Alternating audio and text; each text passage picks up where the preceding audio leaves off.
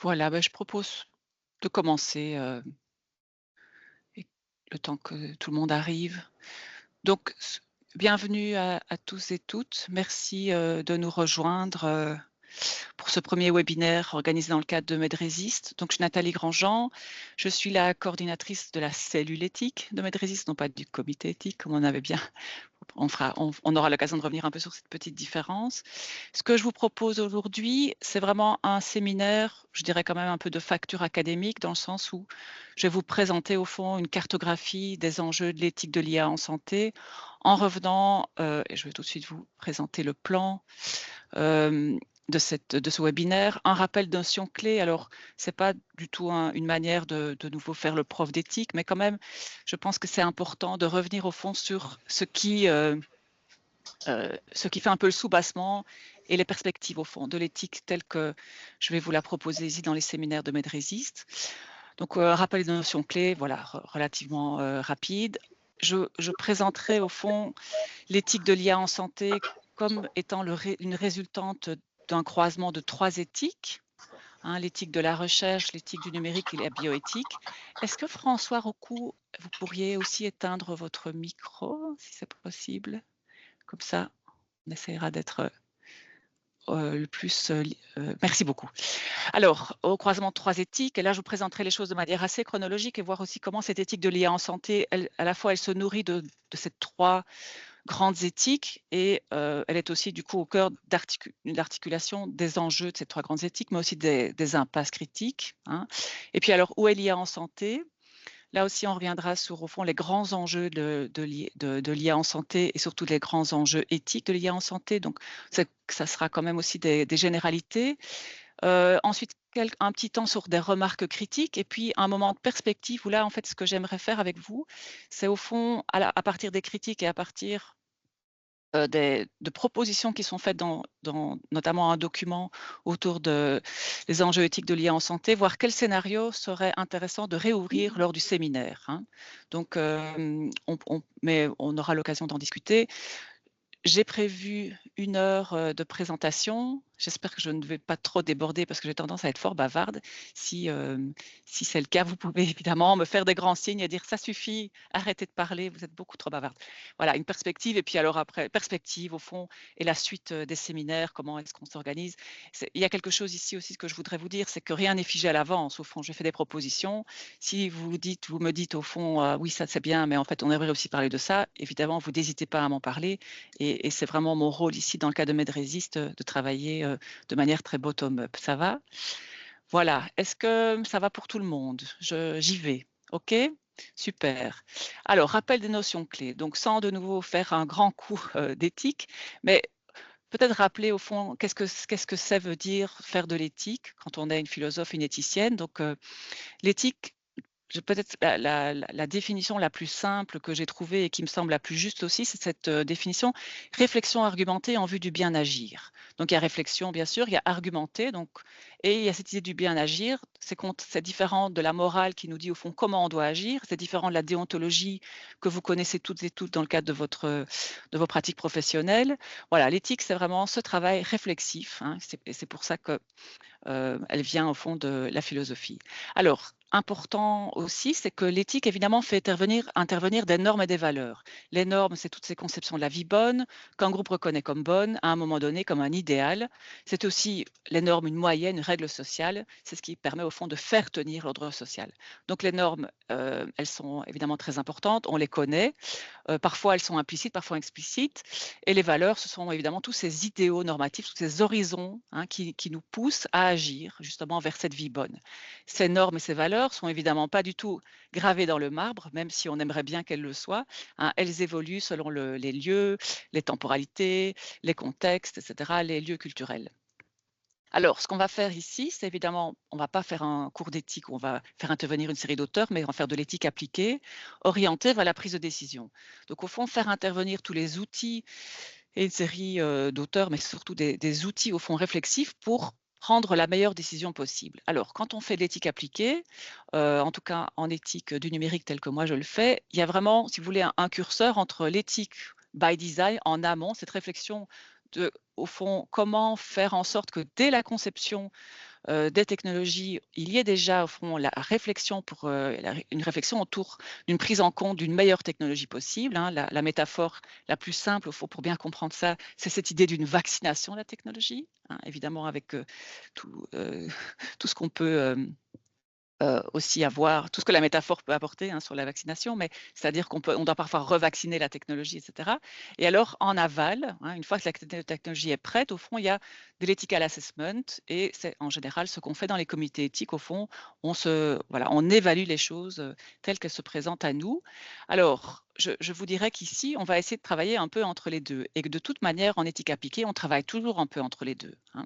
Et en particulier quand on travaille sur les technologies sont toujours en train d'évoluer, de se refaire, hein, et les technologies numériques en particulier sont particulièrement, en train de se transformer. Alors, ici, je voudrais vous présenter vraiment 3 grandes perspectives éthiques qui sont fortes, aux yeux des éthiciens de la technologie, mais aussi des philosophes de la technique. C'est d'une part, Heu, perspective éthique forte, les technologies ne sont pas neutres. Au fond, il n'y a aucune technologie qui est neutre, hein, et ça, c'est vraiment au fond une idée reçue, contre laquelle on se bat beaucoup, hein, puisqu'il y a cette idée très commune au fond, hein, et qu'on a tous et toutes en soi, qu'au fond les technologies deviennent bonnes ou mauvaises à partir du moment où il y a une mauvaise utilisation. Tout dépend de l'usage, hein, la neutralité de la technique.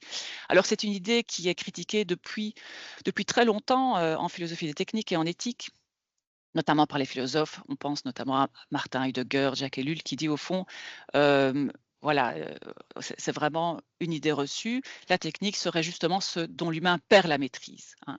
C'est un motif qui habite toute la critique de la technique jusqu'à aujourd'hui. On ne connaît pas les conséquences de ce qu'on fait, hein. Il y a vraiment ici quelque chose de très important. Donc ici, dans le cadre, de ces séminaires, on a vraiment on part de cette perspective. La technique n'est pas neutre et donc elle embarque des valeurs. Donc au cœur même, au fond, de l'IA, il y a déjà des valeurs embarquées. Alors deuxième grand point assez fort, les situations concrètes déplacent les enjeux éthiques, hein, et en particulier en ce qui concerne les innovations technologiques. Par exemple, hein, un exemple, très trivial sur cette distinction entre privé et public, des choses qu'on a bien expérimentées durant le covid. Qu'est-ce que ça implique de parler de droit à la vie privée ou de droit à la sécurité, hein? Qu'est-ce qui est du registre du privé ou du public? Quand je suis chez moi, par exemple en Teams, est-ce que je suis dans un lieu privé, suis chez moi, ou est-ce que je suis dans un lieu semi-public? Puisqu'au fond, c'est l'université, c'est un contexte, au fond, quand même relativement ouvert, ou bien, est-ce que, je ne suis de toute façon ni chez moi ni à l'université puisqu'au fond c'est via un logiciel de Microsoft que, je partage, donc au fond les technologies, les enjeux éthiques sont toujours déplacés par les situations concrètes et ça d'autant plus quand on arrivera un peu plus loin dans le webinaire, au fond quand on sera au croisement de différentes éthiques.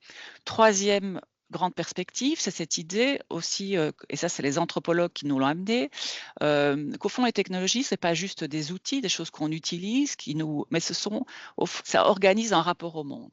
C'est une médiation technologique. Par exemple, quelqu'un comme Leroy-Gourhan, qui est un anthropologue, de la préhistoire, hein, qui a fait tout un travail sur les silex. Bon, je sais que c'est très loin de l'IA, mais bon, il montre qu'au fond, c'est grâce, au silex et au travail des mains ici que les humains petit à petit vont se mettre debout, hein. Et donc au fond, quand on dit que les technologies organisent un rapport au monde, c'est assez juste, hein. C'est-à-dire que au fond, ça organise toujours une manière de se représenter le monde, mais aussi de se représenter du coup la temporalité et la spatialité. Donc ils ne sont pas simplement dans le temps et l'espace, mais ils sont constitutifs de la temporalité et la spatialité. Et donc là aussi, ça, c'est important à prendre en compte quand on fait de l'IA en santé, heu sur toutes ces questions d'organisation du monde, de relations aussi, heu patients, et médecins et cetera. Donc ça veut dire, en conclusion de cette première, de ce caractère de la médiation technologique, ça veut dire qu'il transforme des pratiques établies, il politise, voire il moralise des situations. Et alors, dans la littérature, on a beaucoup, notamment Langdon Winner, qui nous, en 80, un texte très célèbre, Do Artifacts Have Politics? Et alors il explique l'exemple des ponts de Long Island. Donc les ponts de Long Island, ce sont des ponts qui mènent à Long Island, qui sont en fait les plages autour de New York. Et les ponts, en fait, ont été fabriqués assez bas et ça ne permet pas aux bus de passer en dessous. Ce qui va exclure en fait toute une série de la population new-yorkaise, la population précarisée qui n'a pas d'autre choix que de prendre le bus, Bon, ça, c'est un exemple assez célèbre. Un exemple de 2000, Code is Law, le code fait loi chez Laurence Lessig, au fond, qui nous dit, voilà, le script même de la technologie organise la manière dont le net est fabriqué, et il donne déjà l'exemple de la neutralité du net. Voilà, et on voit avec les récents événements sur des groupes Meta et des grands millionnaires de la tech à quel point cette affirmation est tout à fait vraie. Donc je pense que ça, c'est quelque chose qu'on doit vraiment avoir en tête, un peu comme un kit de départ de la manière dont on doit aborder au fond à la fois les technologies, mais à la fois aussi l'éthique des technologies. Voilà, ça c'est une toute première chose que je voulais vous dire, hein, premier point. Deuxième point, au croisement de 3 éthiques. Donc au fond, quand je me suis penchée sur l'éthique de l'IA, moi j'ai travaillé beaucoup en éthique des nouvelles technologies, en éthique du numérique, en éthique de l'IA. Quand on s'intéresse à cette éthique de l'IA en santé, comment est-ce qu'on aborde les choses? Et au fond, il s'agit d'un croisement de 3 grandes éthiques, hein. Et je vais vous les présenter assez rapidement parce qu'au fond, vous les connaissez probablement assez bien. L'éthique de la recherche, la bioéthique, l'éthique du numérique et de l'IA, de manière un peu chronologique, hein. Donc au fond, il y a toujours eu de la philosophie morale et l'éthique en philosophie, mais je dirais qu'il n'y a pas toujours eu une éthique qui se penchait vraiment sur des problèmes relativement concrets. En tout cas, la demande éthique sociétale n'était peut-être pas aussi forte, ou en tout cas peut-être pas aussi orientée sur des problèmes très très concrets. Alors, si on s'intéresse d'abord à l'éthique de la recherche, on sait qu'elle va naître au fond après la Seconde Guerre mondiale et après tous les scandales toutes les affaires très scandaleuses qui se sont passées durant la guerre, hein, et en particulier sur ces médecins nazis qui ont mené des expérimentations médicales sur des personnes dans les camps. Je pense que tout le monde connaît ces horribles histoires, hein. Donc en 1947, le Code de Nuremberg est une conséquence directe des procès de Nuremberg à la fin de la Seconde Guerre mondiale et constitue une réponse aux expériences médicales nazies menées sur l'homme, hein. Donc finalement, un premier texte, une première réflexion sur l'éthique de la recherche. On ne fait pas n'importe quoi avec les corps humains, hein. Ensuite, donc je vais relativement vite, hein, pour ne pas passer, de nouveau pas faire un cours extensif là-dessus, mais ensuite on a la déclaration d'Helsinki en 64 avec une dernière révision en 2013 qui va aussi suite à une série de scandales sanitaires, réaffirmer au fond l'importance des comités éthiques, en tout cas d'avoir une réflexion sur l'éthique de la recherche, avec des scandales sanitaires qui deviennent du coup des scandales éthiques, comme le scandale de la thalidomide. Donc je pense que vous connaissez un médicament somnifère et prescrit massivement aux femmes enceintes dans les années 50, hein, qui a donné lieu à une série de malformations chez les enfants. Le scandale de la Willowbrook State School en 56, les résidents d'une institution psychiatrique sont volontairement contaminés par le virus de l'hépatite B pour expérimenter un vaccin. La Jewish Chronic Disease Hospital en 63, des cellules cancéreuses vivantes sont injectées à des personnes âgées dans le but de mieux comprendre la carcinogénèse. Et là, c'est aussi cet autre scandale que l'étude de Tuskegee sur la syphilis, de 1932 à 72, qui en effet pouvait sans doute fournir des données très intéressantes, mais était scandaleusement non éthique, hein. Donc voilà, une série au fond de scandales sanitaires qui amènent en 78 à l'écriture de Belmont Report, Ethical Principles and Guidelines for the Protection of Human Subject of Research, qui va identifier 3 grands principes qui constituent le fondement éthique de toute recherche expérimentale sur l'être humain. De nouveau, ça nous paraît extrêmement comment dire, normal, intuitif, hein. Je pense que tout ça est très passé dans nos mœurs, hein. Donc 3 grands principes: le respect pour les personnes, évidemment reconnaître en l'être humain la capacité de juger lui-même du bien, de décider pour lui-même, donc toute la question aussi du consentement, la question de l'autonomie, de l'intégrité corporelle, la bénéficence, donc la bienveillance, donc toujours faire le bien, philosophie humaniste qui exige que les intérêts des sujets passent avant ceux de la science, et enfin 3e grand principe, le principe de justice, répartition équitable des ressources en matière de santé publique et de recherche. Donc à partir de ces 3 grands principes, on va, voilà, dans toute une série d'hôpitaux, la majorité des hôpitaux vont voir le jour des comités éthiques de la recherche clinique hospitalière, des comités éthiques que vous connaissez bien. Donc voilà, vous voyez aussi dans l'histoire où se trouve la place de ces comités éthiques, vraiment une instance au fond de veille autour de ces principes éthiques autour de la recherche clinique, hein. Donc l'évaluation éthique préalable n'a été intégrée à la déclaration de Helsinki qu'en 75. Dans le col de Nuremberg, il ne l'avait pas été. Alors vous voyez, en 2013, on a tout un ajout sur le comité d'éthique de la recherche, hein, avec voilà, de nouveau une insistance sur voilà, la nécessité au fond de soumettre au comité d'éthique les protocoles de recherche pour évaluation, pour commentaires, pour conseil et pour approbation avant que la recherche ne commence. Donc vraiment un organe de veille avec aussi une attention particulière sur la manière dont est composé ce comité et la manière dont il doit travailler. Le comité doit être transparent dans son fonctionnement, indépendant du chercheur, du promoteur, de toute influence indue, et doit être dûment qualifié. Donc il y a vraiment aussi toutes les exigences aussi, je dirais, pas simplement d'éthique de la recherche, mais aussi de qualité de la recherche. Donc on voit bien en 2000, dès 2000, enfin, à partir de 2013 à quel point comment dirais-je, tout ça est de plus en plus exigeant, mais à juste titre. Il doit prendre en considération les lois et réglementations du ou des pays où se déroule la recherche, ainsi que les normes et standards internationaux, mais ceux-ci ne doivent pas permettre de restreindre ou exclure l'une des protections garanties par la présente déclaration aux personnes impliquées dans la recherche. Voilà, ça c'est pour l'éthique de la recherche, hein, qui vraiment donne lieu au comité éthique dans les universités, mais aussi dans les centres, dans tous les centres hospitaliers. Alors, ça, c'est un premier héritage, au fond. Deuxième héritage, c'est l'héritage de la bioéthique. Alors, on pourrait dire beaucoup de choses sur la bioéthique, je ne vais pas y passer non plus beaucoup de temps. La bioéthique, c'est un champ énorme, on pourrait y passer 30 heures, mais peut-être rappeler les 4 grands principes de la bioéthique qui sont issus du livre aussi, enfin des travaux de Childress et Beauchamp de 78, Principles of Biomedical Ethics, donc le principe d'autonomie, de bienfaisance, de non-malfaisance et de justice. Donc là, vous retrouvez évidemment des principes qui sont déjà présents dans l'éthique de la recherche. L'autonomie du patient, chacun a le droit de choisir de refuser un traitement. Bienfaisance, l'intervenant médical doit toujours agir dans l'intérêt du patient. Non-malfaisance, l'intervenant médical doit éviter de faire du mal. Et justice, toute la question évidemment de la distribution équitable et juste des ressources médicales. Voilà, donc évidemment, il y aurait mille autres choses à dire. La littérature en bioéthique, elle est énorme, mais voilà, c'est juste ici histoire de dresser un paysage au fond sur la bioéthique, et je pense que c'est des choses dont on aura l'occasion de reparler lors des prochains webinaires et séminaires.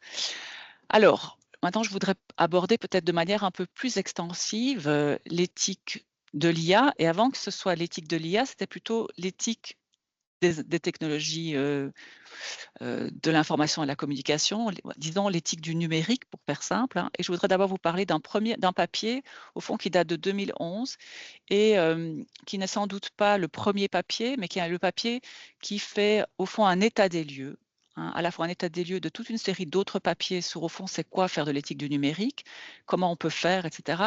Et qui a eu le mérite au fond d'opérationnaliser un minimum les travaux en éthique du numérique. Et à l'époque, on n'appelait pas ça éthique du numérique, mais plutôt éthique des technologies de l'information et de la communication. Donc c'est David Wright, qui est un Anglais, et qui en 2011 nous propose A Framework for Ethical Impact Assessment of Information Technology. Alors ce papier, il est intéressant parce qu'au fond, il va essayer de faire la synthèse entre les travaux précédents, hein, et c'est comme ça que vous me voyez venir sur cette articulation entre les trois grandes éthiques. Ce papier va reprendre au fond les 4 principes énoncés par Beauchamp et Childress, donc autonomie, bienfaisance, non-malfaisance et justice, en rajoutant une section sur la protection de la vie privée et des données, donc au fond une catégorie qui est vraiment spécifiquement utile à la question des technologies numériques, et il va proposer voilà, un cadre d'évaluation de l'impact éthique. Au fond, ce qu'on attendait peut-être quand dans ces années-là, on travaillait sur ces questions d'éthique appliquée du numérique, était pas on allait un peu dans tous les sens et c'était pas si simple de savoir où aller. Il a eu le mérite au fond de de faire une synthèse, et ce papier reste très utile. Il est sans doute maintenant un peu dépassé parce que l'IA est allée beaucoup plus vite enfin, je veux dire, il est un peu dépassé, hein, je dirais, parce que l'IA embarque d'autres applications que simplement des questions d'éthique du numérique, mais il reste intéressant de la manière dont il est structuré. Alors, Ce qui est intéressant dans ce papier en particulier, c'est qu'il va au fond articuler plusieurs approches et c'est en ça qu'il fait la synthèse, à la fois des questions bioéthiques, mais aussi de toute une série de toute une littérature au fond de comment on peut faire de l'éthique appliquée et comment, aussi on fait pas que d'éthique appliquée, mais aussi on travaille aussi sur des enjeux de ce qu'on appelle l'acceptabilité sociale, c'est-à-dire de la manière dont pas simplement on vend mieux des technologies, hein, mais ou comment on les fait accepter, mais comment on essaie de comprendre comment ces technologies qui sont en train de se faire et dont on sait qu'elles vont à un moment arriver sur le marché, si je puis dire, vont pouvoir au fond s'intégrer dans un tissu social, s'intégrer dans des organisations, s'intégrer dans, au fond, voilà, des sociétés, qu'elles soient toutes petites ou très grandes, si vous voulez. Donc, dans ce papier, vous avez alors une articulation entre une approche anticipative, donc vous voyez ce que je vous disais en amont, hein, avant le déploiement des technologies, donc une réflexion anticipative, une approche réflexive, un cadre qui pourrait être utilisé par ceux qui développent des nouvelles technologies, et là, avec toute la question toute la reprise des 4 grands principes bioéthiques, une approche réactive, au fond, dès qu'on sent qu'il y a un problème, il faut qu'il y ait des mesures d'atténuation, donc en anglais mitigation, puissent être prises le cas échéant. Une approche délibérative, et là ça m'intéresse beaucoup puisqu'au fond c'est une des choses que je voudrais faire avec vous, avec tous ceux qui le veulent en tout cas et qui ont le temps, c'est de délibérer, hein, et pas simplement de dire c'est bien, c'est pas bien, etc., mais de délibérer finalement de ces enjeux éthiques. Les implications éthiques seront examinées de manière adéquate par les parties prenantes. Et alors enfin, une approche contextuelle, donc vraiment chaque fois que le décideur perçoit la nécessité de prendre en compte les considérations éthiques des parties prenantes, il faut, au fond, à chaque fois que le contexte change, avoir un moment de rediscussion ou de redélibération.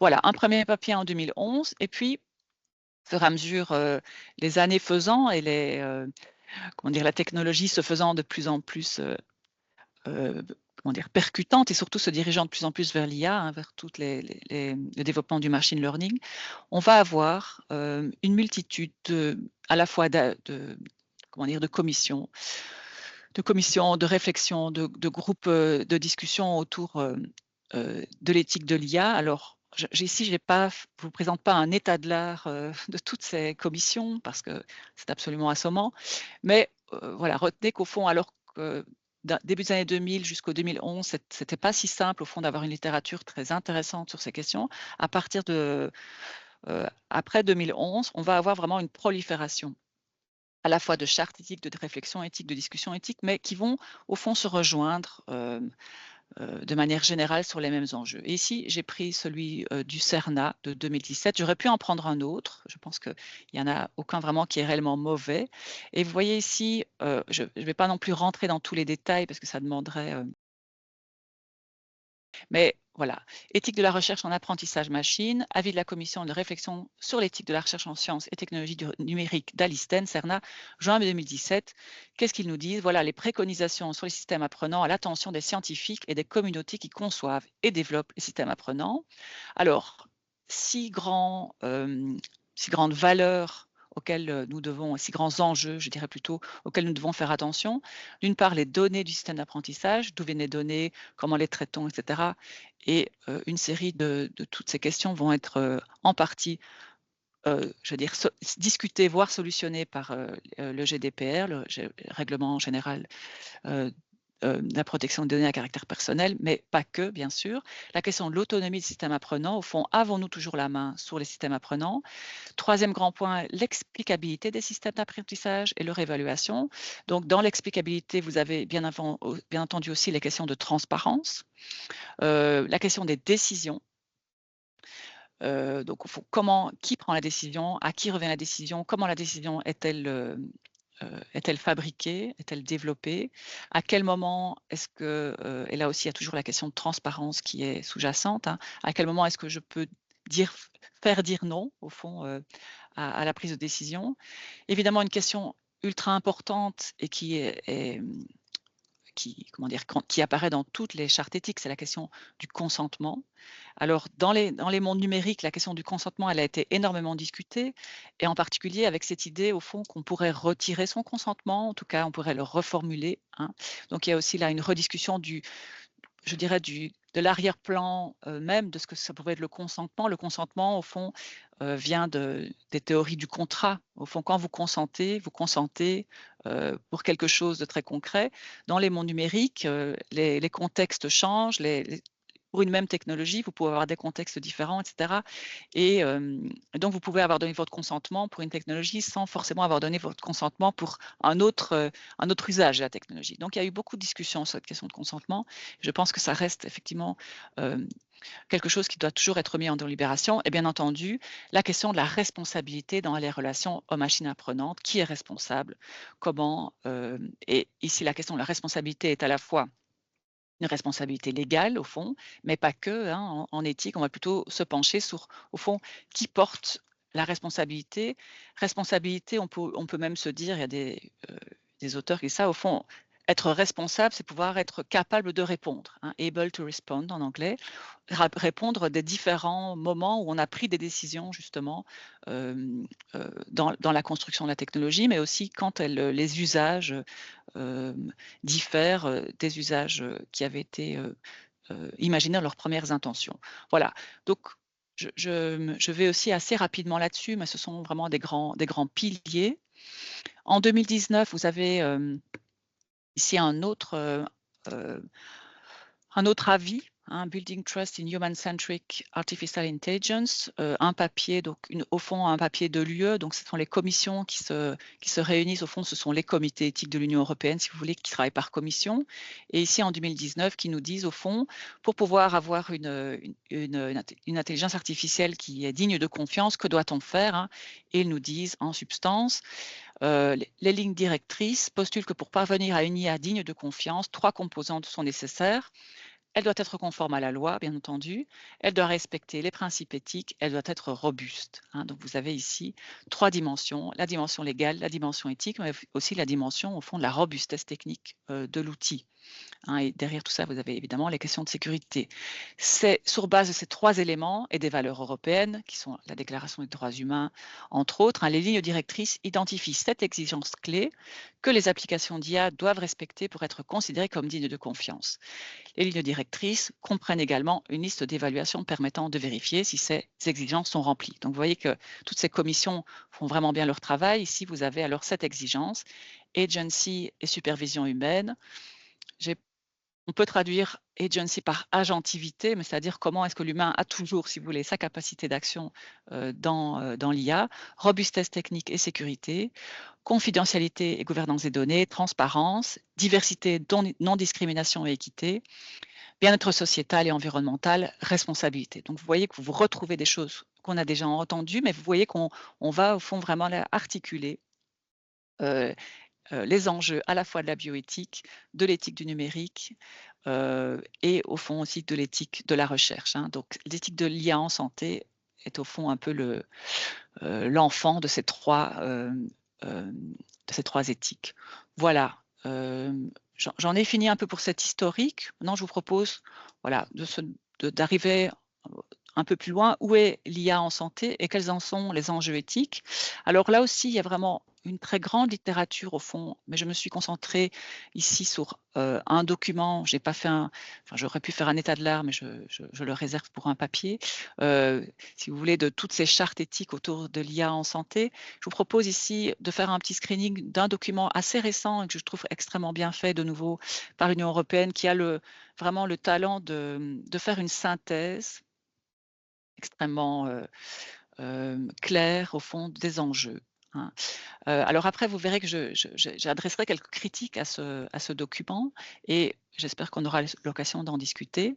Alors dans ce document, donc AI in Healthcare Application Risks and Ethical and Societal Impact, et si vous voulez que je vous fournisse ce document, je vous le fournis volontiers, mais vous le trouverez aussi très facilement sur le web, hein, il est accessible à tous, identifie 4 grands domaines au fond de l'IA en santé, dans les pratiques cliniques, dans les recherches biomédicales, dans la santé publique et globale et dans la gestion et administration de la santé. Hein, donc là, vous voyez, merci François, qui nous partage tout de suite le document. Merci beaucoup. Donc, document, voilà, très bien de son caractère synthétique. Alors, dans ce document, je vous propose de peut-être alors faire aussi une petite promenade, au fond, dans les principaux risques éthiques qui ont été soulignés par ce document. Dans le document, il y a aussi des propositions, au fond, de solutions face à ces risques éthiques et voilà, je propose qu'après on puisse en discuter et que ce soit aussi probablement l'objet de notre séminaire de la semaine prochaine. Alors le premier risque, au fond, de l'IA en santé, c'est le préjudice causé aux patients par des erreurs d'IA, au fond. Si l'IA fait une erreur, les diagnostics peuvent être manqués ou erronés, tout ça nous paraît évidemment tout à fait évident, hein, et donc là, on a un risque évidemment très grand. Deuxième risque, mauvaise utilisation des outils d'IA médicale, avec implication limitée des cliniciens et des citoyens dans le développement de l'IA, manque de formation des professionnels de la santé à l'IA médicale, manque de sensibilisation et d'alphabétisation des patients et du grand public. Donc vraiment toute la question au fond de ce qu'on appelle la littératie, au fond, comment faire adhérer, mais aussi bien expliquer au fond qu'est-ce qu'on est en train de faire quand on utilise l'IA médicale. Et alors aussi, quatrième mauvaise utilisation pointée, prolifération de solutions d'IA en ligne et mobile facilement accessibles, sans explication ni information suffisante. Voilà, deuxième grand enjeu. Troisième, risque de partialité dans l'IA médicale et perpétuation des inégalités. Problème dû à des ensembles de données biaisées et déséquilibrées, fondées sur des préjugés et des discriminations structurelles, que la discrimination systémique dans les questions de genre, les questions de sexe, genre, race, classe, validisme, enfin. Et donc, je rappelle aussi qu'on aura un webinaire consacré à cette question. Des disparités dans l'accès à des équipements de qualité aux technologies numériques, un manque de diversité et d'interdisciplinarité dans les équipes technologiques, scientifiques, cliniques et décisionnelles. Voilà pour le troisième point. Le quatrième point, un manque de transparence. Là, vous avez vu que c'est quelque chose sur lequel j'ai déjà un peu insisté au fond. Manque de compréhension et de confiance dans les prédictions et les décisions générées par le système d'IA. Donc, si on n'est pas tout à fait sûr, voilà, on a ici, évidemment ici un risque. Une difficulté à reproduire et à évaluer de manière indépendante les algorithmes de l'IA. Difficulté aussi à identifier les sources d'erreurs d'IA et à définir qui et où ce qui en est responsable, donc la transparence liée aussi à la responsabilité, à la distribution inégale des responsabilités, adoption limitée des outils d'IA dans la pratique clinique et dans le monde réel. Alors ici, ça me semble, le quatrième point me semble être un enjeu vraiment extrêmement important. Le cinquième point, évidemment, l'est aussi, mais sans doute est déjà voilà, on a déjà eu beaucoup plus de réflexions peut-être un peu plus pratiques. Problème de confidentialité et de sécurité. Confidentialité, c'est privacy en anglais. Partage de données personnelles sans consentement pleinement éclairé. Réaffectation des données à l'insu du patient. Violation des données susceptibles d'exposer des informations sensibles ou personnelles, risque de cyberattaque, nuisible, voire potentiellement fatale. Et je pense que dans les hôpitaux, les derniers événements voilà, ont bien montré à quel point il fallait être extrêmement aussi vigilant sur cette question de sécurité et de cybersécurité. Alors, encore deux ici grands principes éthiques qui sont grands risques éthiques, lacunes dans la responsabilité de l'IA. Là aussi, c'est déjà quelque chose sur lequel j'ai insisté, mais très important. Difficulté de définir les rôles et les responsabilités en raison de la multiplicité des acteurs impliqués dans le processus de l'IA médicale, de la conception au déploiement. Par exemple, est-ce que ce sont les professionnels de la santé ou les développeurs de l'IA qui sont responsables? Est-ce que ce sont les deux qui, au fond, endossent une responsabilité, je dirais un peu légale, mais aussi une responsabilité sur la manière dont cette IA fonctionne bien ou moins bien? Là, c'est très, très compliqué, évidemment, d'arriver à attribuer des responsabilités.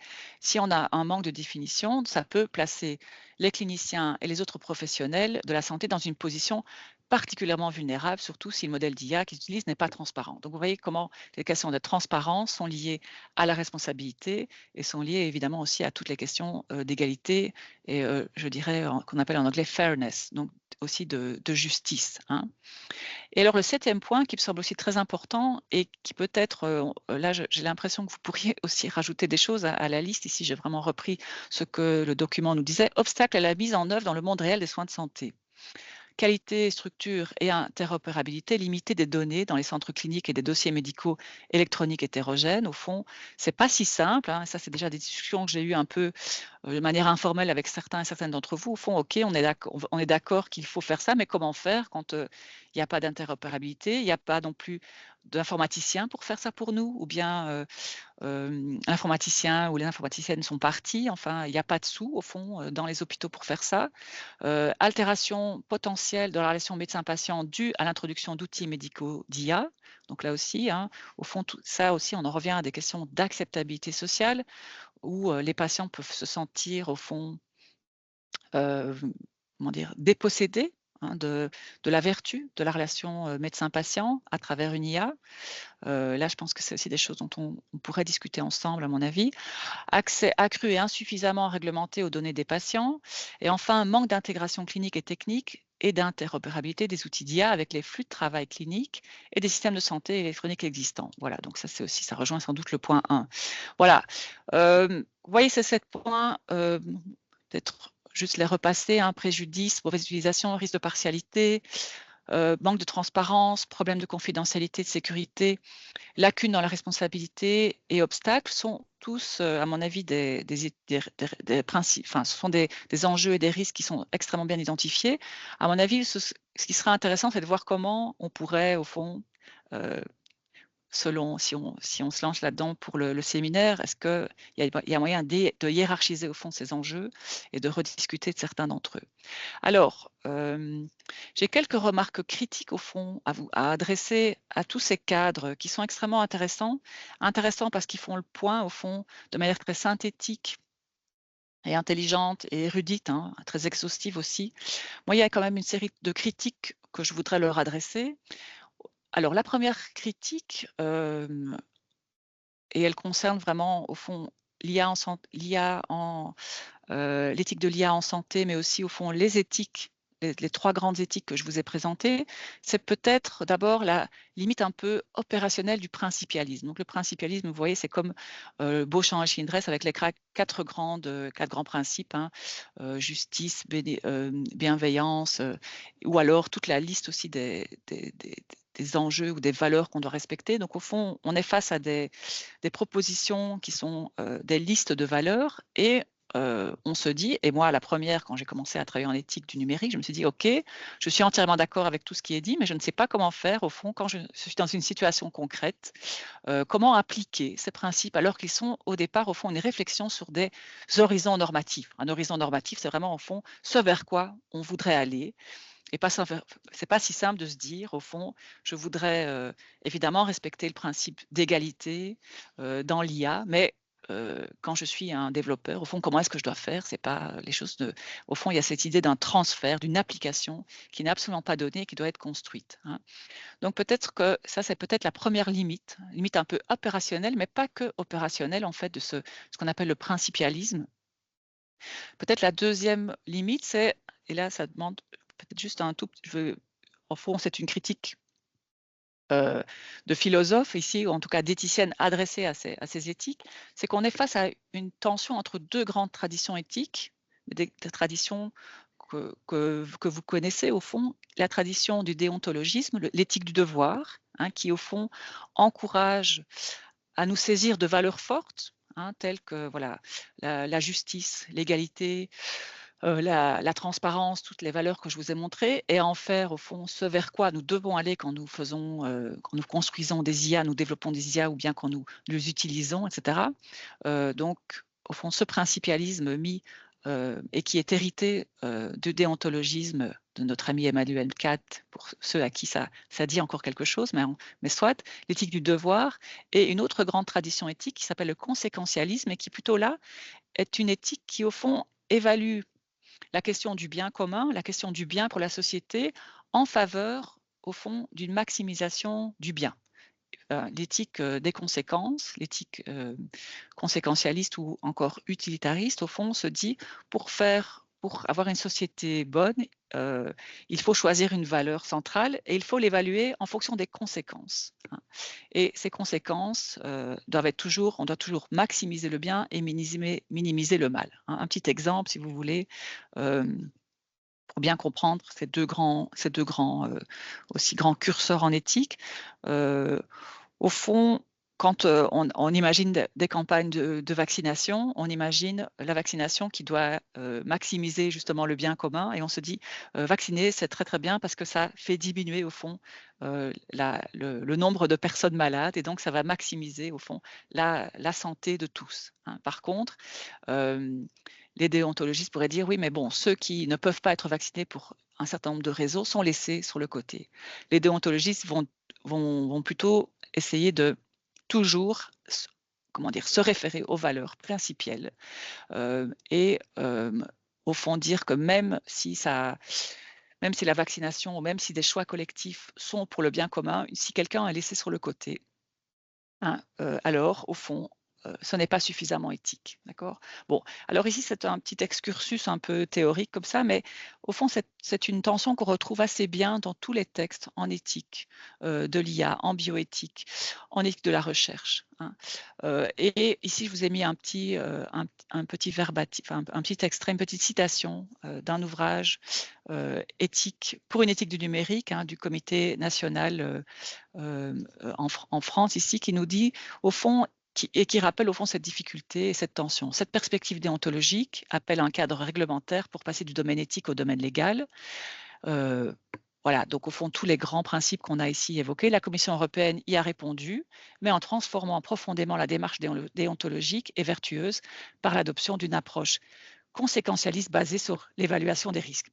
Alors, ça, c'est sans doute ce vers quoi je voulais aller, si vous voulez, c'est que au fond, si on bascule vers le conséquentialisme, au fond vers le calcul un peu quasi comptable de ce qui, d'une évaluation des risques, tel que je vous l'ai présenté par exemple avec les 7 grands risques éthiques identifiés dans le papier de la commission, on prend ce risque que l'éthique devienne ce qu'on appelle un checkbox exercise, c'est-à-dire au fond, on va cocher une série de choses et on va dire ok, je suis dans les clous, hein.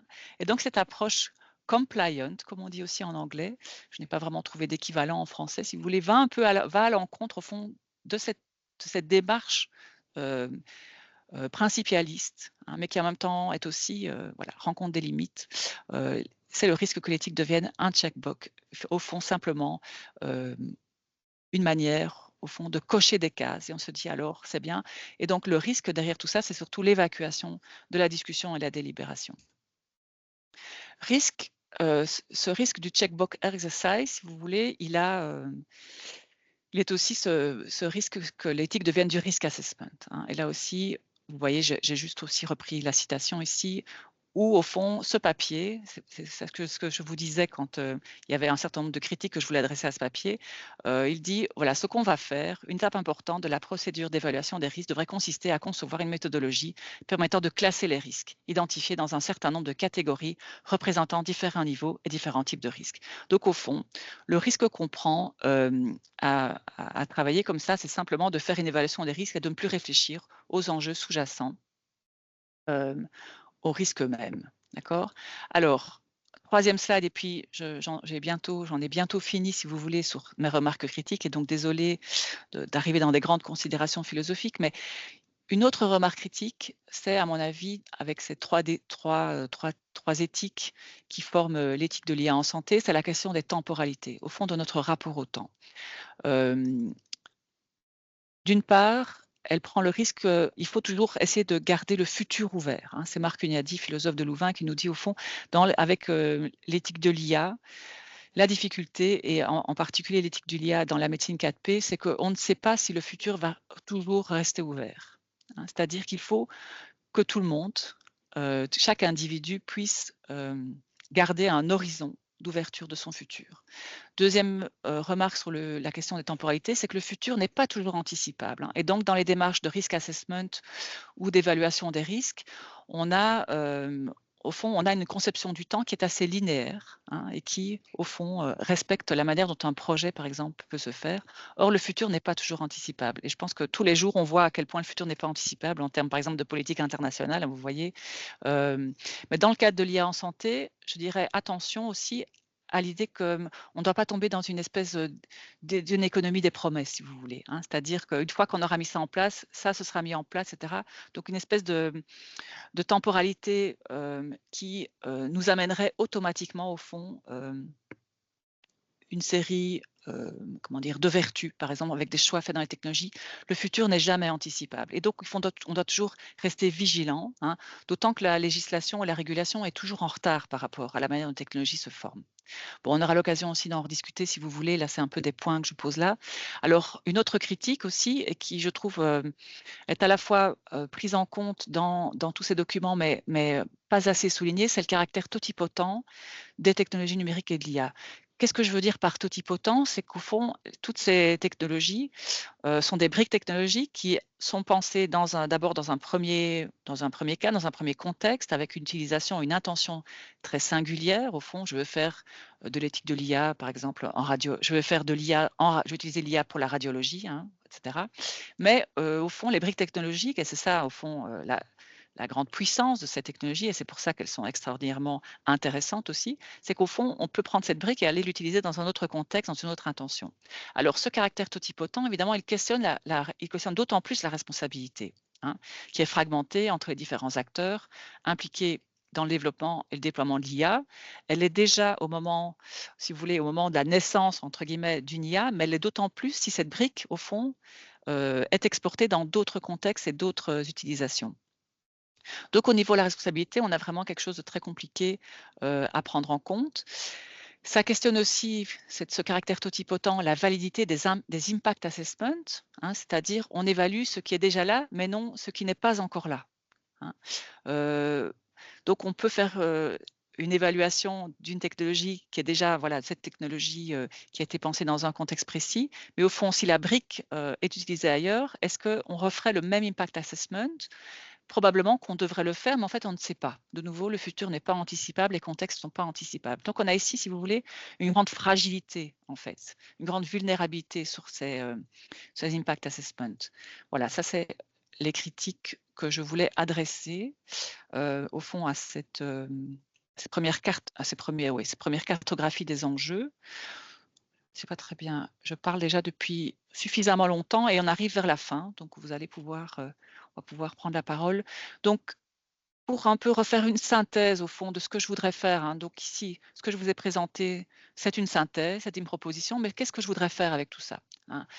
Je vous ai présenté aussi une série de critiques, et ce que je voulais vous montrer, c'est que l'éthique, c'est pas simplement l'application, ce serait bien, mais ce ne l'est pas en fait, ce n'est pas si simple, hein, n'est pas l'application de normes ou de valeurs données qui permettrait de faire émerger ou justifier une bonne solution, hein. Il faut essayer, en tout cas moi c'est ce que j'aimerais faire, et ce que j'ai déjà fait d'ailleurs dans d'autres circonstances, et c'est vraiment essayer d'élargir notre vision de l'éthique vers une réflexion sur ces valeurs et sur ces normes engagées. Donc ce n'est pas de la déontologie, on ne va pas faire de la régulation, on ne va pas faire de la gouvernance, comme je pense que j'ai été assez claire là-dessus. Par contre, ce que je vous propose de faire, c'est de discuter au fond des enjeux de régulation, de gouvernance, hein.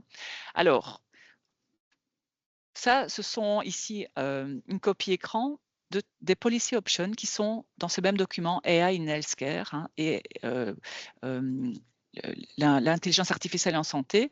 Et vous avez ici, je ne vous les ai pas présentés parce que c'est quelque chose dont j'aimerais, voilà, peut-être en prendre une ou deux et au fond tirer des autres scénarios que simplement ces policy options. Donc vous avez ici cinq propositions que font les auteurs du document, voilà, qui sont des propositions assez pratiques, hein. Voilà, étendre les cadres régulatoires de l'IA, voilà, etc. On va créer un passeport de l'IA et des mécanismes de traçabilité. Bon, tout ça sont des choses assez pratiques et qui répondent justement à la question du risque. D'accord? Donc, ce que je vous propose ici, pour la suite ici du processus et pour le séminaire de la semaine prochaine, ici j'ai juste remis au fond la manière dont je voulais travailler. On est ici dans le temps 1. Dans le temps 2, c'est expérimenter et mettre à l'épreuve les hypothèses, hein, donc peut-être reprendre un des deux ou 3 ou 4 et travailler en petits groupes selon un peu le nombre de personnes qui veulent s'engager avec moi dans cette discussion.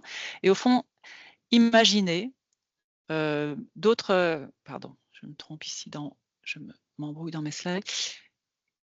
imaginer d'autres scénarios, discuter de ces solutions, imaginer d'autres scénarios ensemble et voir comment, au fond, on peut réouvrir ces propositions, à la fois sur les normes et les valeurs, mais aussi, si vous voulez, on peut, et là je voudrais revenir encore en avant, si je reprends les 7 principaux risques éthiques, hein, au fond, à la fois rediscuter de ces risques et au fond aussi rediscuter ensemble, discuter ensemble de scénarios possibles, voir comment vous pouvez être d'accord ou pas d'accord avec ces risques éthiques. Voilà, insister sur l'un ou sur l'autre, travailler peut-être sur un autre type de hiérarchie que celle qui est proposée par le groupe d'experts et voir comment, au fond, d'autres solutions sont possibles. Alors, solution étant évidemment un très mauvais mot, mais en tout cas, d'autres discussions, délibérations sont possibles. Voilà, je pense, il est 13h20, je pense que voilà, j'ai dit à peu près tout ce que je voulais vous dire. Voilà, juste vous rappeler les autres séminaires qui seront organisés. Fin mai, on va travailler sur la médecine prédictive et là, c'est Florence Kemax et Benoît Pétré qui vont, moi je serai là aussi bien sûr, qui vont vous proposer voilà, un webinaire et un séminaire de discussion. Médecine prédictive en particulier à l'aide d'outils génétiques et donc c'est bien le projet Ensemble qui fait partie de MedRésist. Début juillet sur l'éthique des données et les biais de recrutement et toutes ces questions de biais de classe, de genre, etc. Des choses que, au fond, moi j'ai connais assez bien puisque je travaille beaucoup sur les questions de genre, des questions de discrimination. Et enfin, début septembre, les enjeux éthiques des coalitions apprenantes, avec ici avec l'aide d'Alain Lout et de Benoît Mac aussi, qui est un peu comment dirais celui qui promeut dans MedRésist l'idée des coalitions apprenantes, comment aussi on peut réfléchir ensemble sur ces enjeux éthiques. Voilà. Alors, je vous propose peut-être de vous laisser la parole, au fond. Je ne sais pas très bien sur quel slide je peux m'arrêter. Peut-être sur celui-ci. Voilà. Je ne sais pas si tout ça vous convient. Et évidemment, peut-être ce qu'on peut faire dans ce moment de questions-réponses, peut-être un moment de questions-réponses sur peut-être le contenu de ce que je vous ai amené. Est-ce que vous avez des questions de réflexion? De compréhension, pardon, et où est-ce que vous avez des réflexions et qu'est-ce qui vous semblerait être urgent en termes de réflexion éthique, sur quoi, au fond, on devrait travailler de manière le plus urgente possible? Ça, je pense que c'est voilà, peut-être comme ça. Donc, voilà, n'hésitez pas à prendre la parole.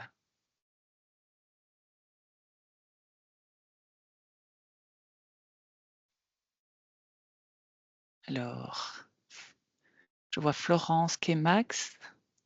Florence, s'il te plaît. Merci beaucoup Nathalie pour, cette présentation, bien intéressante. J'ai d'abord un tout petit point, concernant, le document Building Trust in Human-Centric Artificial Intelligence et Ouais. si j'ai pris quelques notes et je voulais savoir quel était le point 7, le point d'attention numéro 7 après le bien-être de la société Ah, et pardon, l'environnement. Ah oui, c'est ça, la notion de responsabilité. responsabilité. Oui, oui, oui. OK. Je ferai parvenir les slides à qui veut, hein, si vous en Oui. avez besoin, évidemment. Mmh. Non, non, merci beaucoup. Moi, je vais pas poser de questions maintenant parce qu'au fond, je pense que c'est les gens qui sont parmi nous et qui sont déjà en train d'utiliser les systèmes et qui sont qu'on va dire des praticiens de la santé ou des techniciens qui assistent les praticiens de la santé qui peut-être, peuvent faire part de leur voilà, de ce qu'on considère comme urgence, quoi. Ouais, François Roucou. Oui, bonjour, bonjour à tous. Et moi, j'avais juste une petite remarque par rapport au document de la Commission européenne que j'avais lu quand il est sorti. Et, Celui-ci alors. oui, c'est ça, tout à Ouais. fait. Parce que, non, en fait, oui, non, c'est plutôt en fait le document de la Commission qui fait référence à l'approche par les risques, donc que tu as Mhm. présenté à la fin, voilà, et notamment les risques éthiques. Moi, ce qui m'avait frappé quand j'avais lu ce document, c'est que dans les soins, en fait, on a plutôt une approche risque-bénéfice. Mhm. Et donc, parce que, enfin, d'une certaine façon, quand on pratique les soins, on peut se dire qu'on ne fait pas d'omelette sans casser des œufs, ou en tout cas, on est souvent dans une approche où on maîtrise des risques par rapport à un bénéfice escompté pour notre patient, hein. On sait que les médicaments ont des effets secondaires, que voilà, il y a des complications aux procédures médicales et ce genre de choses. Et je me demandais si une approche justement risque-bénéfice n'était pas plus intéressante pour voilà, évaluer l'usage de l'IA dans les soins de santé. Alors, moi, je pense qu'effectivement, si on se dit s'il s'agit d'évaluation, alors l'approche risque-bénéfice, elle est évidemment très pratique.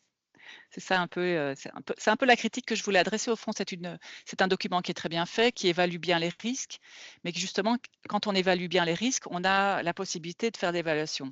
Or, ce que je voudrais faire, c'est de ne pas faire que de l'évaluation quand on fait l'évaluation éthique. C'est pouvoir réfléchir en amont. Donc c'est voilà, plutôt une manière au fond d'ouvrir les choses. C'est pas une manière au fond de disqualifier l'approche coût-bénéfice. Je pense qu'elle est intéressante, mais peut-être qu'elle elle ferme aussi en fait la possibilité de revenir en amont ou bien de réouvrir la discussion sur d'autres scénarios possibles. Voilà, ça c'était au fond la critique, peut-être que je l'ai mal exprimée, mais et désolée si c'est le cas, mais c'était un peu ce que je voulais adresser. Donc évidemment que c'est très important, mais réduire l'éthique à une analyse risque-bénéfice me semble être un peu voilà, réducteur. C'est-à-dire qu'on a l'impression qu'après on ne peut plus réouvrir le débat. Voilà, je ne sais pas si c'est quelque chose qui vous parle. François, vous voulez répondre ou bien? Mais écoute, j'ai pas de Oui, d'emblée on peut comme en ça, j'ai pas de on peut en réponse parce que discuter, c'est vrai qu'en fait, moi, discuter. en tout cas, mon approche éthique de l'IA, elle a souvent été un peu opérationnelle, c'est-à-dire effectivement statuer sur, par exemple, le bien fondé de la mise en place d'un système et voir effectivement quels étaient ses avantages par rapport à ses inconvénients. Donc c'est vrai que je suis peut-être un peu biaisé par rapport à ça. Oui, mais je ne suis pas en train de dire que c'est pas une bonne approche, hein, mais je pense que c'est une approche, au fond, elle ne peut pas être simplement, elle doit nous obliger à réouvrir aussi le débat. Voilà, c'est plus ça. Je pense que ça doit toujours être multiscalaire, au fond, les démarches éthiques, hein. Donc on a besoin à un moment d'opérationnel et puis à un moment, c'est intéressant et voilà, le lieu des séminaires ici est un peu ce lieu, au fond, pour réouvrir les choses. C'était plus ça, mais on en rediscutera, j'espère, à une prochaine occasion. Isabelle Salmon.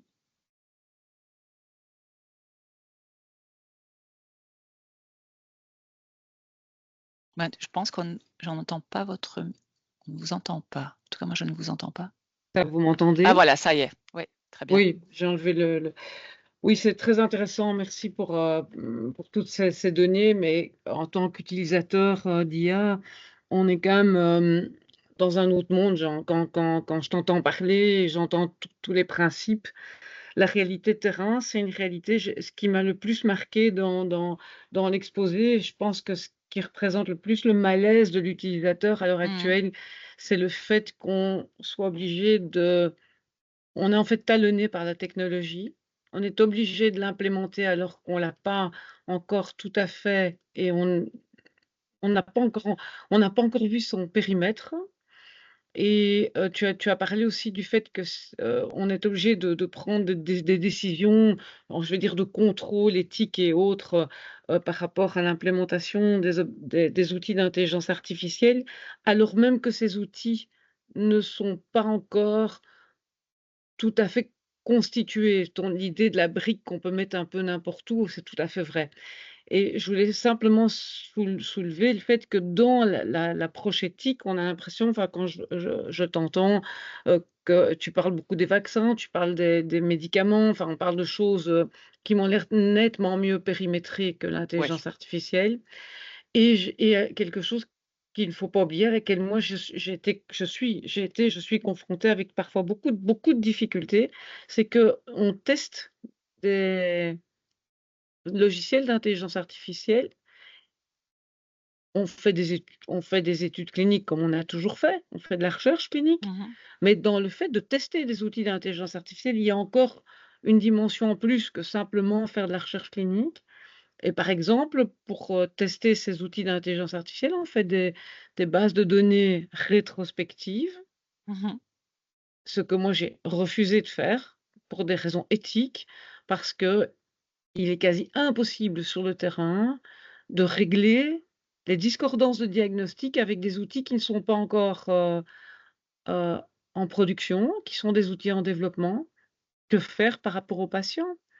Tu vois, on est dans la zone de gris avec l'intelligence artificielle est tellement plus grande qu'avec le vaccin, à mon sens, peut-être que je me trompe, mais Non, je non. trouve que cette zone de gris entre je suis sûr que c'est vrai, je suis sûr que c'est faux, est tellement étendue avec l'intelligence artificielle.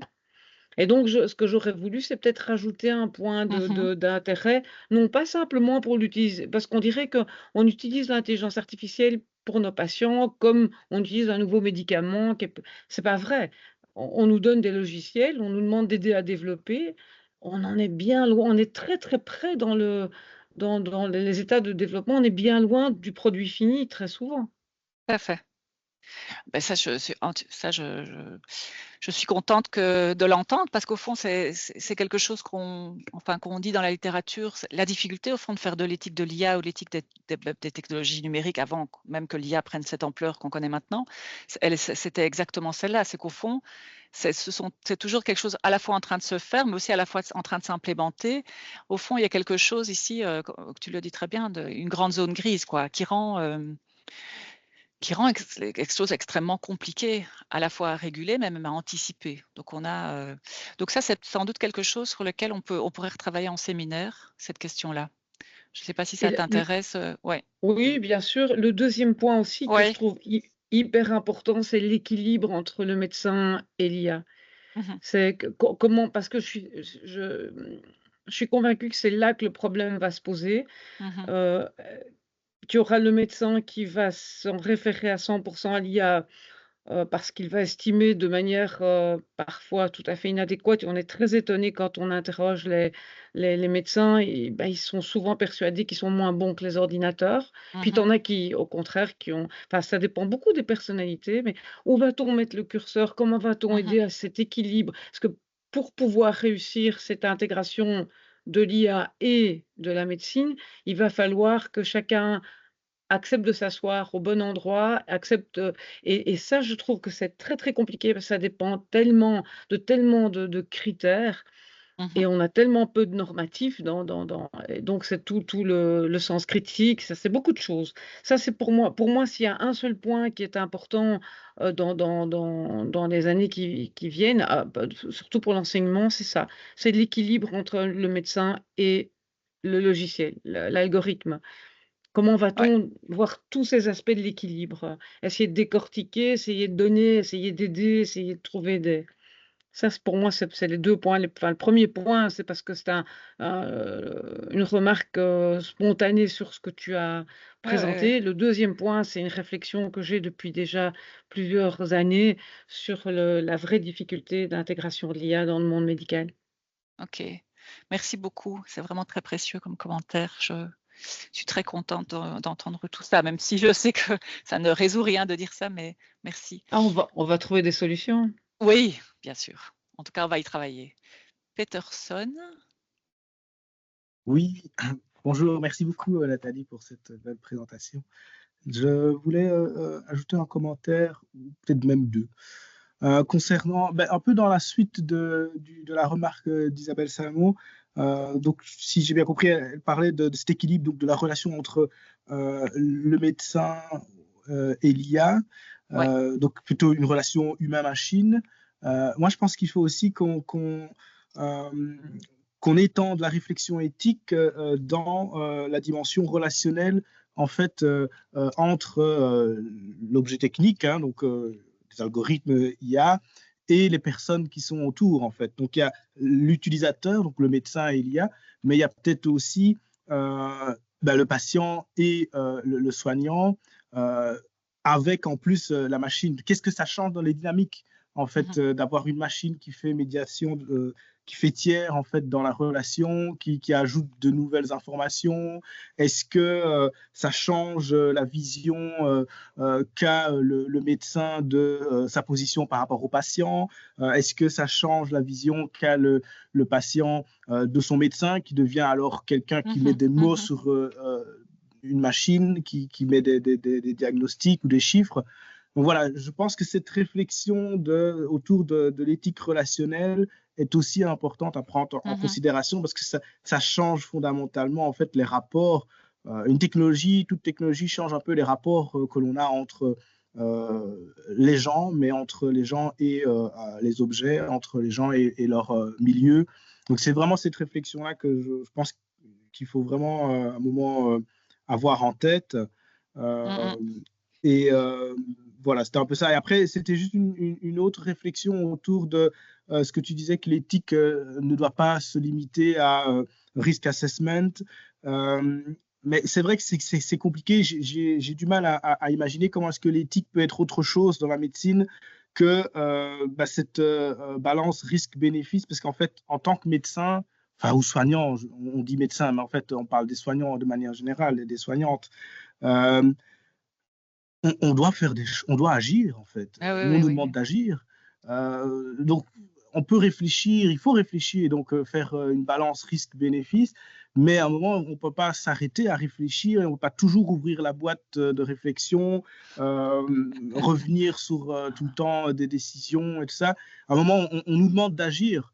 Donc, voilà, quelle est la place alors de l'éthique de l'IA si ce n'est pas pour nous aider à agir mieux? Si. Oui.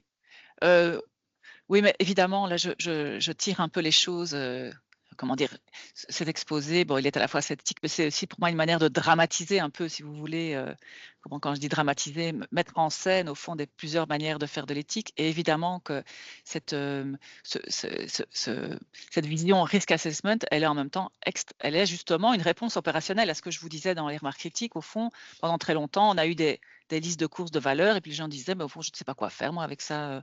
Et donc là, il y a tout ce travail de traduction, en fait. Et aussi dans une pratique de médecin où on le sait, enfin, les médecins, entre deux patients, n'ont pas une demi-heure pour réfléchir, au fond, à réfléchir à la question de la liberté ou de l'égalité. Hein. Ils ont évidemment d'autres urgences. Hein. J'en suis extrêmement bien consciente, bien sûr. Donc, voilà, c'est une manière pour moi un peu dramatiser les choses, mais pour juste dire, au fond, ce serait dommage de s'arrêter à ça, mais en effet, c'est très utile. C'est très utile et ça nous aide beaucoup.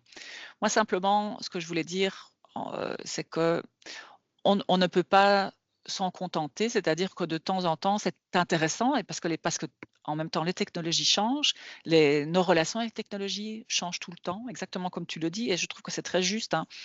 Toute ta réflexion autour des relations humain-machine, elle est extrêmement pertinente, parce qu'au fond, même si on utilise, alors il y a peut-être deux choses. Hein. Il y a à la fois l'outil, par exemple, je pense, comment dire, un tiers comme ça qui viendrait dans la relation, comment dire, médecin-patient, style une application, quelque chose avec lequel, au fond, que le patient voit, que le médecin voit, que ce soit quelque chose, un logiciel, mais aussi, au fond, mais il y a aussi des IA qui sont tout à fait invisibles, c'est-à-dire le traitement des données, sur laquelle là, la relation, évidemment, elle est beaucoup plus discrète, on va dire. J'ai le souvenir d'avoir participé, mais c'était il y a quelques années, à tout un travail, un projet de région wallonne sur, au fond, un pilulier intelligent qui était extrêmement intéressant avec des informaticiens et d'autres, quand je travaillais encore à l'université de Namur. Voilà, et là, on avait vraiment interrogé évidemment la place de ce pilulier intelligent, qui allait l'utiliser, comment, avec cette idée qu'il y avait plusieurs acteurs de soins, c'est-à-dire la personne qui était la bénéficiaire de soins, mais qui était une personne très vulnérable, et puis toutes les personnes, c'est-à-dire les aidants proches, l'infirmière, etc., le médecin, et des personnes qui étaient hospitalisées, et puis aller dans des maisons de repos, enfin bon, bref. Donc la multiplicité, et au fond, on avait réfléchi à cette pilulier intelligent comme une espèce de, justement, quasi un acteur de soins. Un acteur de soins comme étant, au fond, ce lieu, cet endroit très physique quasi, où on allait pouvoir, au fond, régler tous des problèmes de médication qui étaient discordantes, puisqu'il y avait différents types de prescriptions, soit. Donc les machines, effectivement, mais les machines changent notre rapport au monde, mais la difficulté, c'est qu'avec le numérique, on n'a pas toujours conscience, au fond, de la présence de l'IA. Hein. Donc à la fois, si je prends l'exemple de cette tablette, c'est très concret, mais en même temps, si je prends l'exemple, on fait une radio, l'IA, il y a de l'IA dans les nouveaux, comment dire, qui augmente, au fond, la capacité, la radiologie à être plus en plus performante.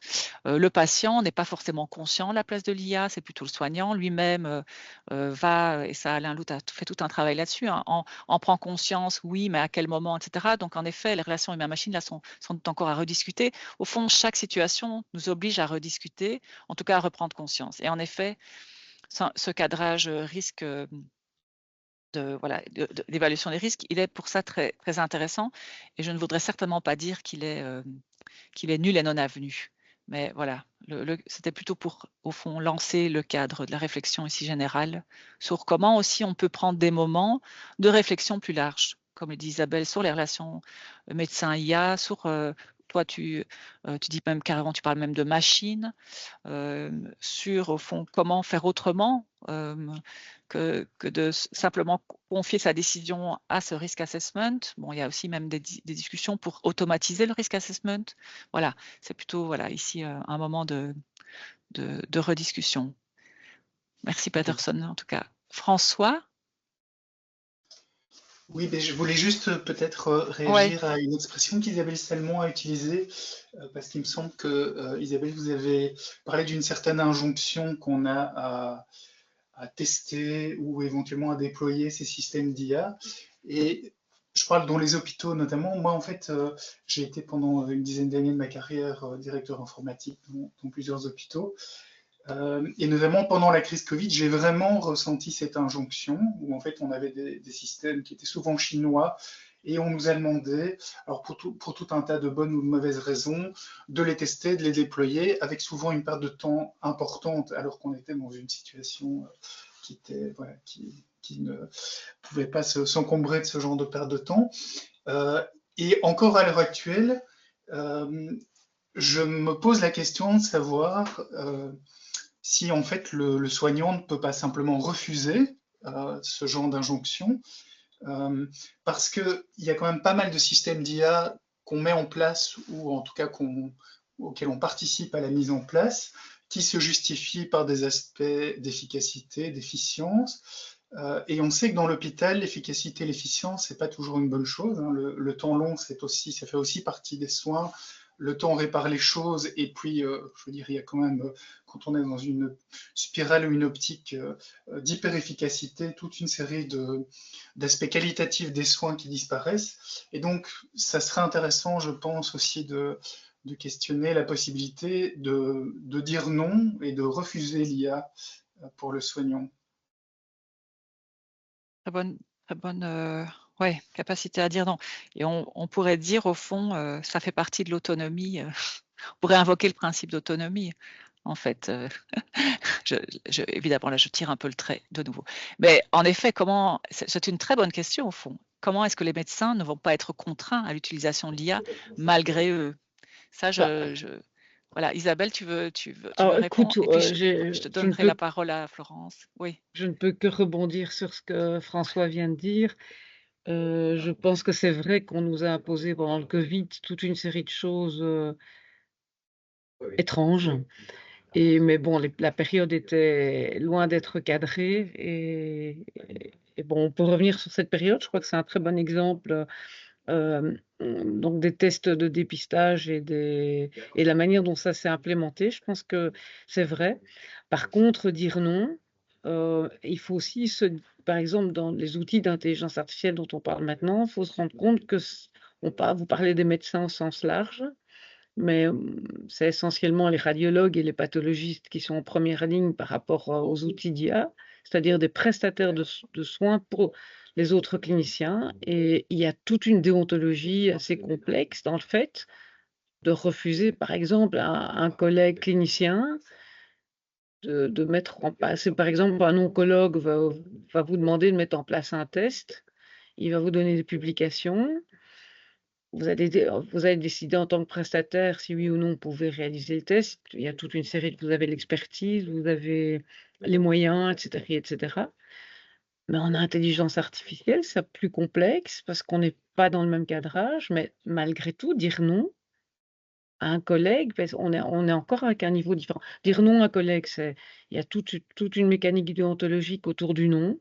Il peut être justifié, il peut être non justifié. Et alors, il y a dire non à l'institution. Parce que le collègue nous demande de développer un test pour lui dans une institution qui a sa propre stratégie. Et là, on est encore dans quelque chose de plus complexe. Oui.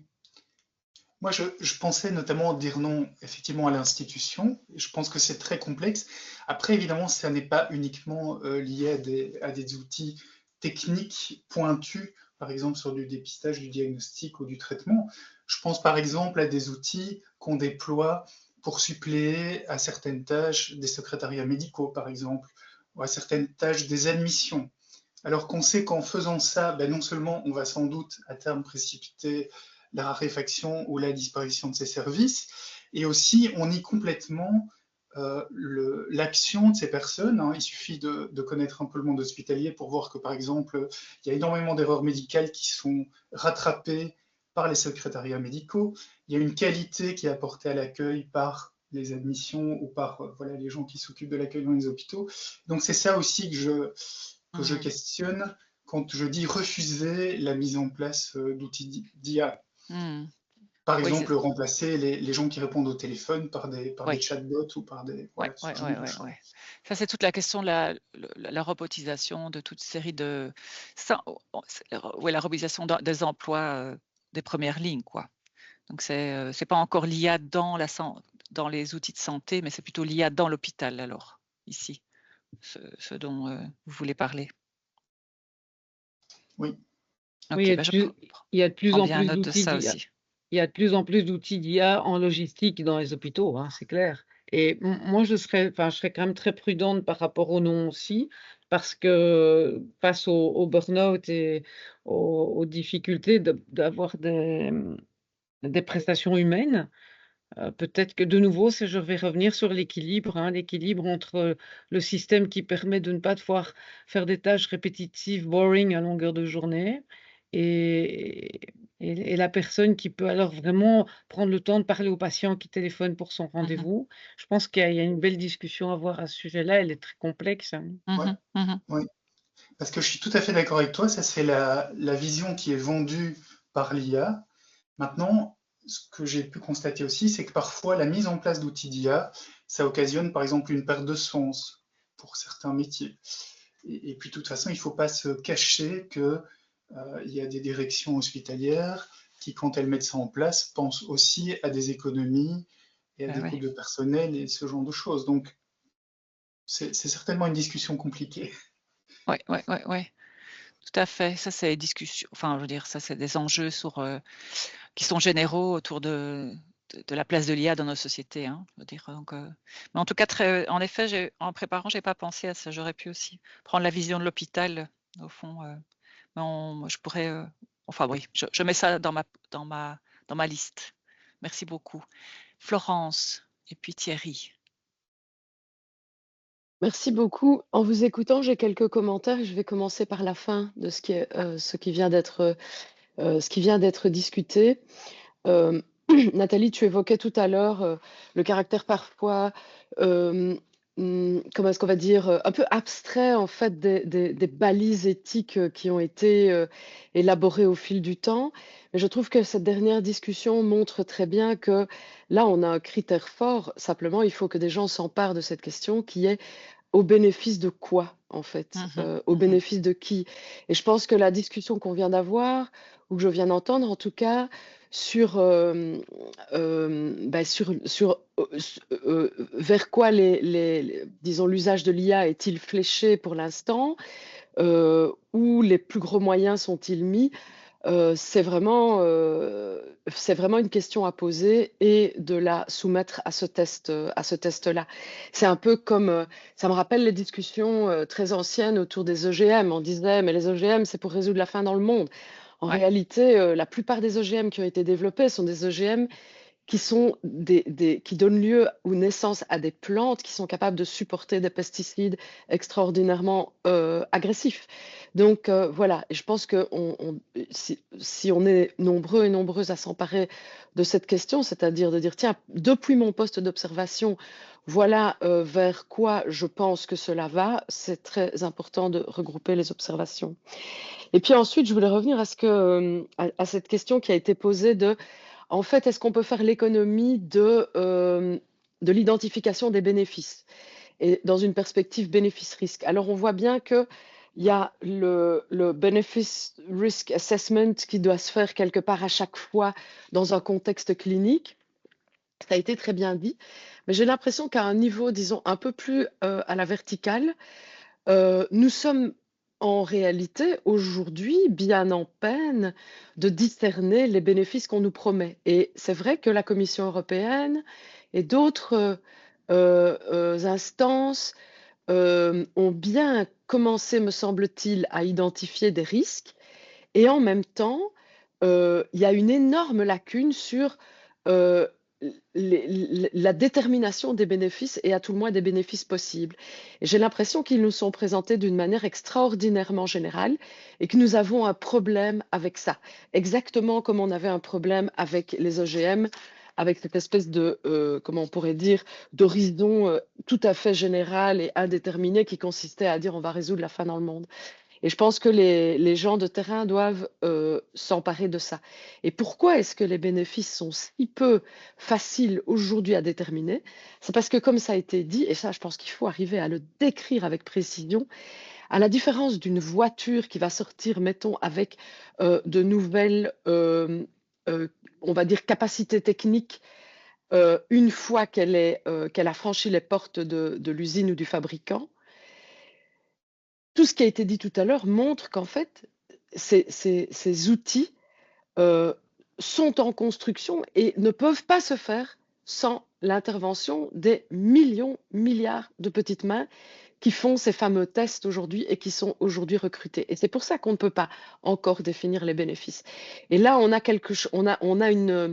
je crois, quelque chose qui est de l'ordre de la alors j'en sais rien, mais de la rupture technologique, quoi. C'est pas la même chose d'avoir, je n'en sais rien, un nouveau couteau de cuisine ou une nouvelle voiture pour se déplacer. Bien sûr, la voiture a impliqué un changement de civilisation par rapport à la charrette et au cheval, mais ici, mais la voiture, elle avait quand même un certain nombre de possibilités d'action déjà bien identifiées. Et pour le moment, on ne peut pas le dire parce qu'en fait, ces outils ne sont pas prêts et qui sont déjà expérimentalement placés dans la société.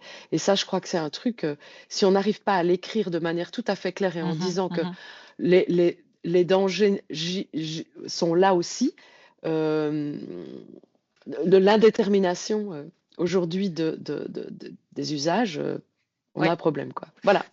je suis entièrement d'accord avec toi, Florence. C'est ce que je voulais souligner quand je parlais d'économie de la promesse autour de l'IA. Parce qu'au fond, et bon, alors je ne voudrais pas non plus scier la branche sur laquelle je suis assise, puisqu'au fond, c'est MedRésist qui m'emploie, mais le cadre même de la manière dont MedRésist, entre guillemets, est présenté, voilà, comme étant quelque chose, enfin, il y a quelque chose évidemment très angélique dans la manière dont, au fond, l'IA dans la santé va résoudre un certain nombre de problèmes. Et en effet, on n'est pas tout à fait certain du bénéfice, hein. Et moi, par exemple, pour reprendre l'exemple de la voiture, ce que tu disais, il y a, dès les années 50-60, il y a quand même déjà beaucoup de littérature sur, notamment André Gorz, il appelle ça l'idéologie sociale de la bagnole. Donc avec évidemment le nom, on dit déjà un peu toute l'ironie qu'il y a dans son texte. Mais c'est pas simplement la voiture va nous conduire d'un point A à un point B, mais ça veut dire qu'il y a des autoroutes, il y a des garages, il y a toute une économie autour. Donc je pense que très vite, en fait, très vite, on a bien vu ce que ça allait impliquer. Ça implique alors comme aux États-Unis, des suburbs.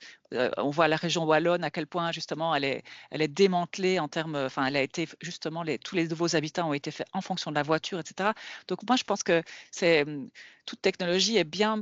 Même la voiture, elle y a aussi en fait. Alors sans doute avec une spécificité qui est justement, moi j'insiste beaucoup là-dessus, ce caractère totipotent, cette impossibilité de définir à quel moment elle est vraiment terminée au fond. La voiture, elle est quand même vraiment terminée, même si elle devient électrique, même si c'est une Tesla, ça reste une voiture qui va utiliser les mêmes infrastructures, quoi.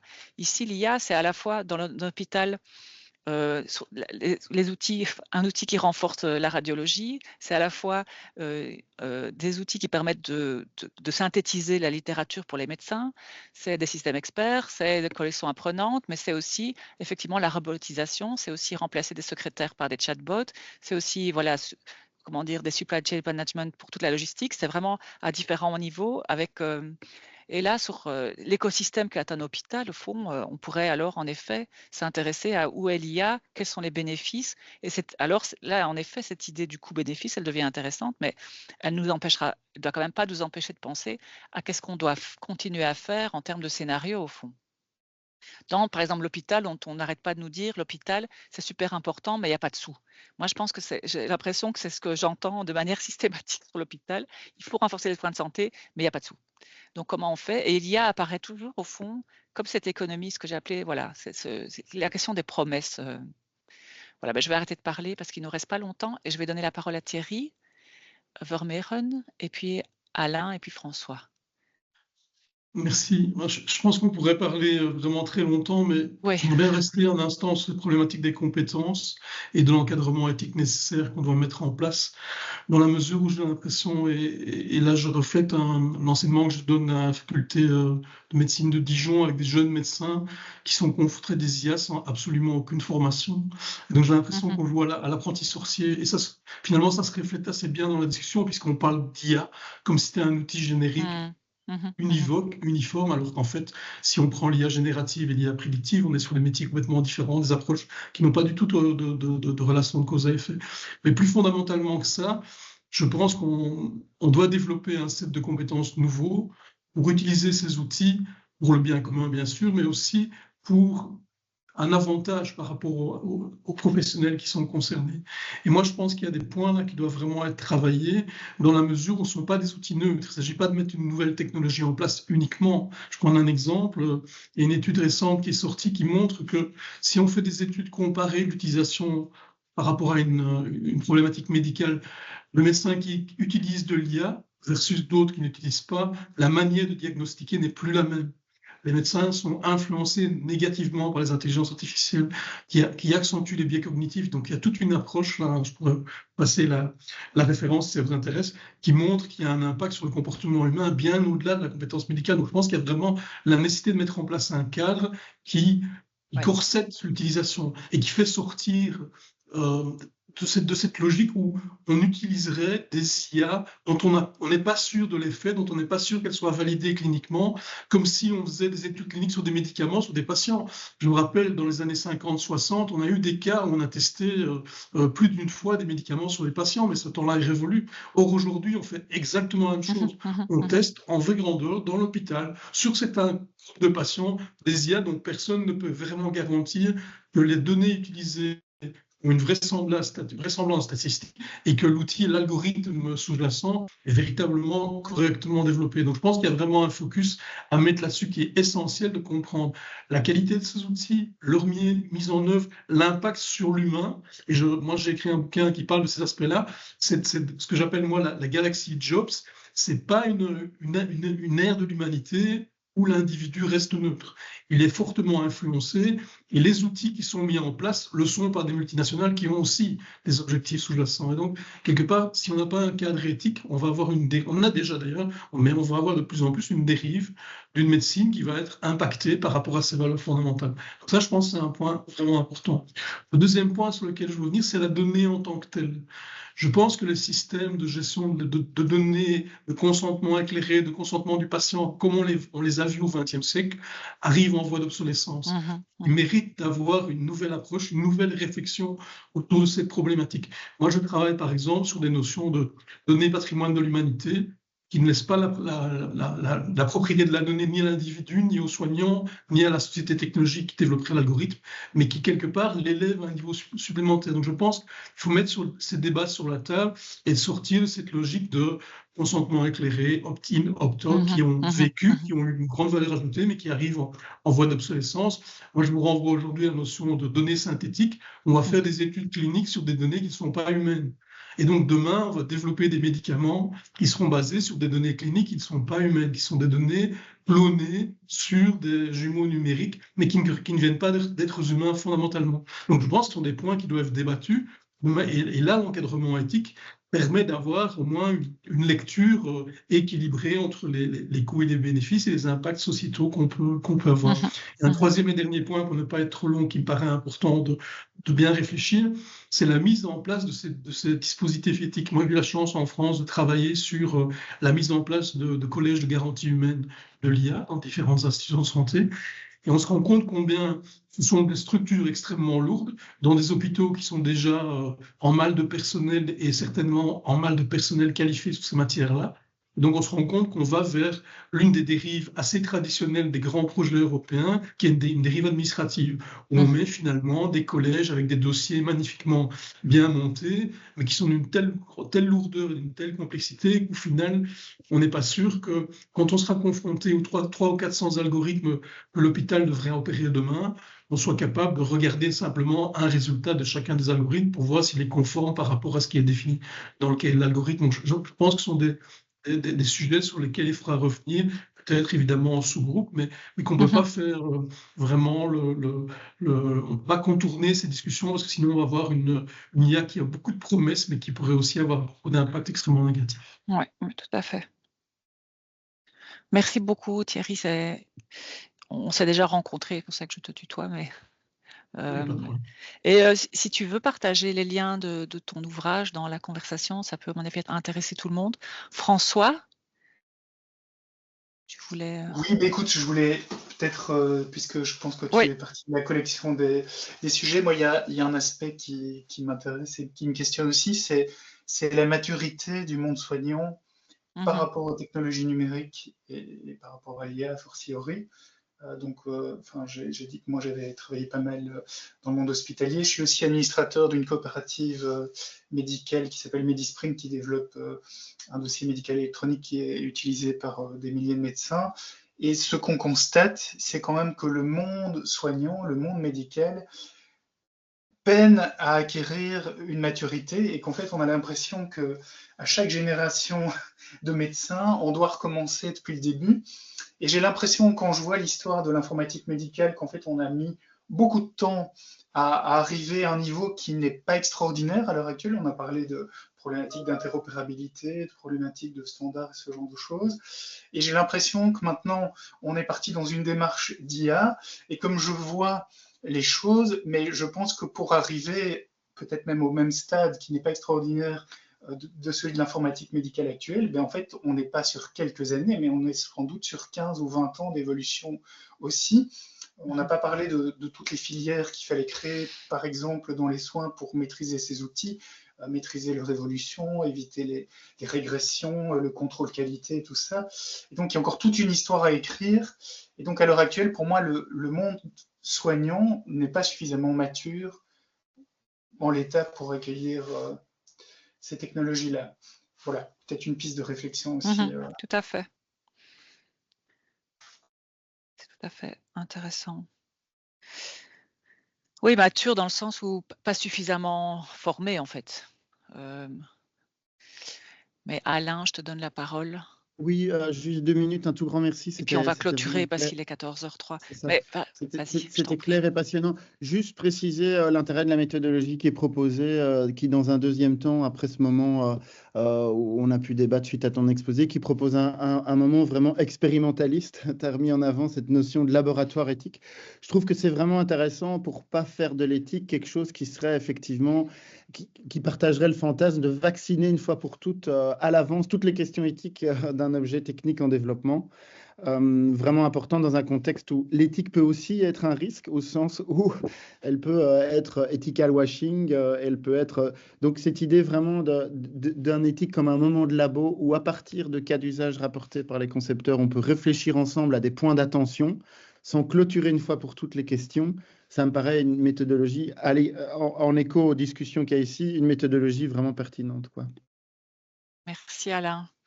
Donc voilà, n'hésitez pas à vous inscrire pour la semaine prochaine. Donc c'est mardi prochain, c'est le 11, c'est de 18 à 20. Ça se fait à Louvain-la-Neuve, à l'IC Team, donc dans les bureaux donc chez les ingénieurs. Mais vous inscrivez-vous parce que je vais commander des sandwichs et des boissons, 18h20, parce que moi à 18h j'ai toujours faim, donc je pense que vous peut-être aussi. En tout cas, et voilà, et je vous proposerai. Est-ce qu'il y a une date limite d'inscription? Peut-être lundi prochain alors. Dites-moi lundi prochain, lundi 10 à midi, comme ça je peux justement peut-être pour des questions un peu très logistiques là. Ajuster le nombre de sandwichs. Donc bienvenue à tout le monde et voilà, ça va, comme l'a dit Alain, quelque chose de très expérimental, quoi. On va revenir sur les questions qui ont été ici.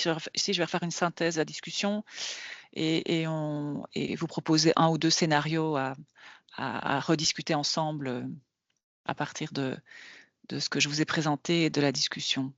Voilà. Donc, jusqu'à lundi prochain, n'hésitez vraiment pas. Je serai vraiment contente de vous voir en vrai. Et il y aura d'autres moments de webinaire, séminaire. Donc, si vous ne pouvez pas être là, il y aura d'autres moments.